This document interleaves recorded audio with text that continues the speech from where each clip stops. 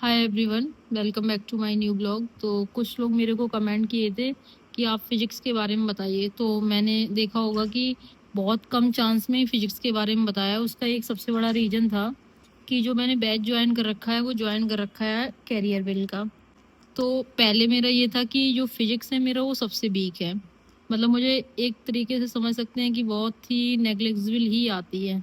तो यहाँ 12th class का और 11th क्लास का दोनों एक साथ पढ़ाते हैं। जैसे 11th क्लास में पीएमपी सर पढ़ाते हैं, इन्होंने अभी ये इनका 4th चैप्टर है काइनेमेटिक्स का।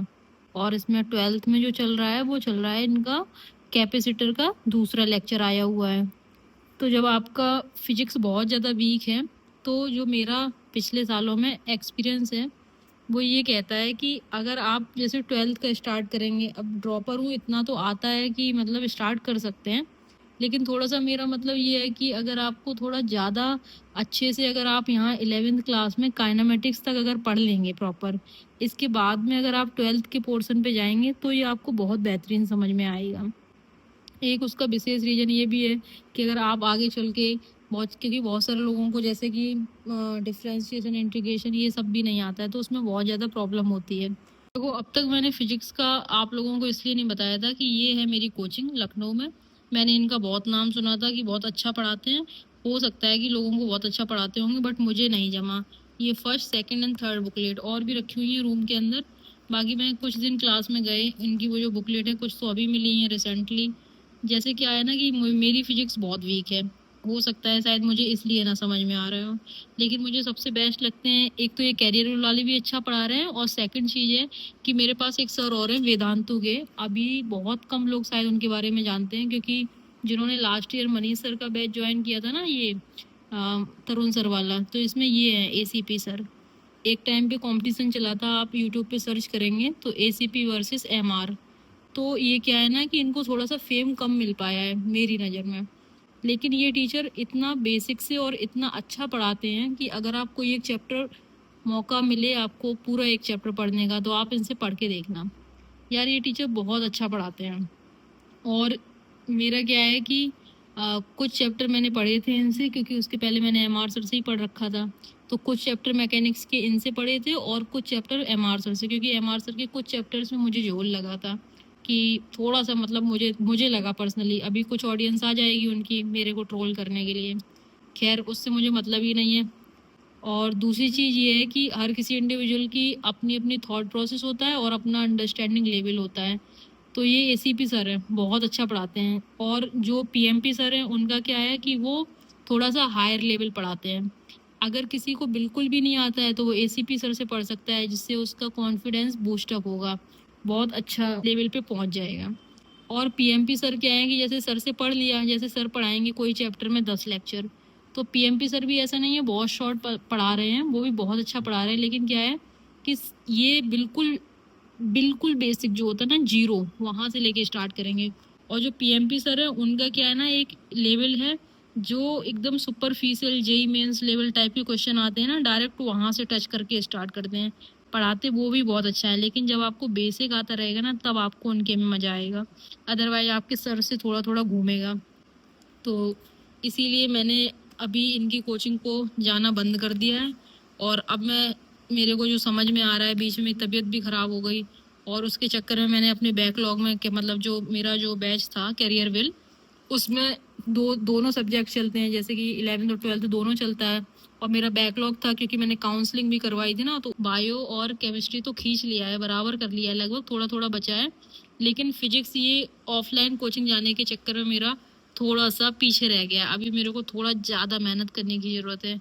तो हम आज से ये प्रॉमिस करते हैं कि डेली जब हर सब्जेक्ट का एक लेक्चर लेंगे तो फिजिक्स का 2 लेक्चर लेंगे। जिससे क्या होगा कि टाइम तो लगेगा, हो सकता है पूरा अक्टूबर लग जाए और इसको कवर करने के लिए, लेकिन करेंगे, कैसे भी करें, कुछ भी हो जाए। तो आज से हमने सोचा है कि जो मेरे एसीपी सर हैं, वो बच्चा बिल्कुल भी जीरो पे है, जिसने भी स्टार्ट भी नहीं किया है, वो फिजिक्स को मेरे साथ स्टार्ट कर सकता है।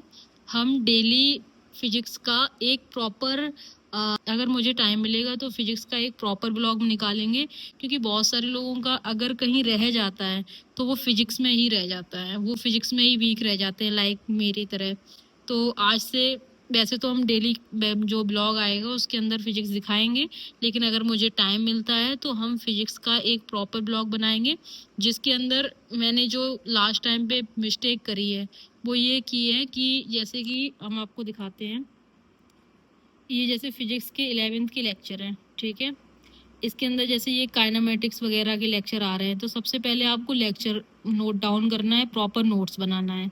इसके अलावा फिर जो डीपीपी मिलती है उसको भी करना है, और आपको डेली, जैसे आपने एक लेक्चर लिया या 2 लेक्चर लिए, तो आपको 45 क्वेश्चन आफ्टर सम लेक्चर, जैसे 1 2 3 4 मान लीजिए 4 लेक्चर ले लिए, और इसके बाद में आपको उन 4 क्वेश्चन के बाद में इतना क्वेश्चन 2 घंटे आपको क्वेश्चन प्रैक्टिस जरूर करनी है।